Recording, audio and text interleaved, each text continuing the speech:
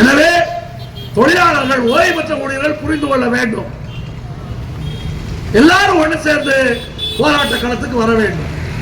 இன்றைக்கு அரசாங்கத்தை பொறுத்தளவில் என்ன, புதிய புதிய பிரச்சனைகளை கிளப்புறாங்க. ஏற்கனவே தோழர்களுக்கு பேசினார்கள். கான்ட்ராக்ட் மயம், தனியார் மயத்தை நோக்கி இன்றைக்கு அரசாங்கம் சென்று கொண்டிருக்கின்றது. இன்றைக்கு பத்திரிகையிலே செய்தி வந்திருக்கு, சமூக வலைதளத்தெல்லாம் செய்தி வந்திருக்கிறது. இங்கே கான்ட்ராக்ட் அடிப்படையிலே நியமிக்கப்பட்ட தொழிலாளர்கள் போராட்டம் நடத்தி இருக்கின்றார்கள். காலையிலே கிளாம்பாக்கம் பஸ் ஸ்டாண்ட்ல. நாம் அரசாங்கத்துக்கு என்ன சொல்கிறோம் என்றால், தொழிலாளி அவன் கான்ட்ராக்ட் தொழிலாளியாக இருந்தாலும் சரி அல்லது நிரந்தர தொழிலாளியாக இருந்தாலும் சரி, தன்னுடைய பிரச்சனை தீராவிட்டால் தொழிலாளி போராடுவான். நீ கான்ட்ராக்ட் என்றால் அடிமை என்று நினைச்சாக்கா? கான்ட்ராக்ட் தொழிலாளி ஒன்று அடிமை இல்லை.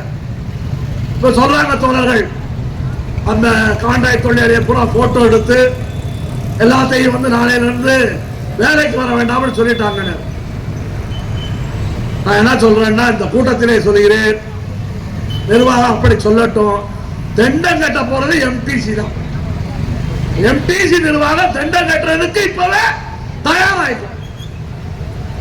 இந்த தொழிலாளி மட்டுமல்ல, இருக்கிற கான்ட்ராக்ட் தொழிலாளிக்கு பூரா இவர்கள் என்னென்ன தவறு செய்கிறார்கள் என்பதை நாம் பொறுத்து நடவடிக்கை எடுக்கலாம் நினைச்சோம்.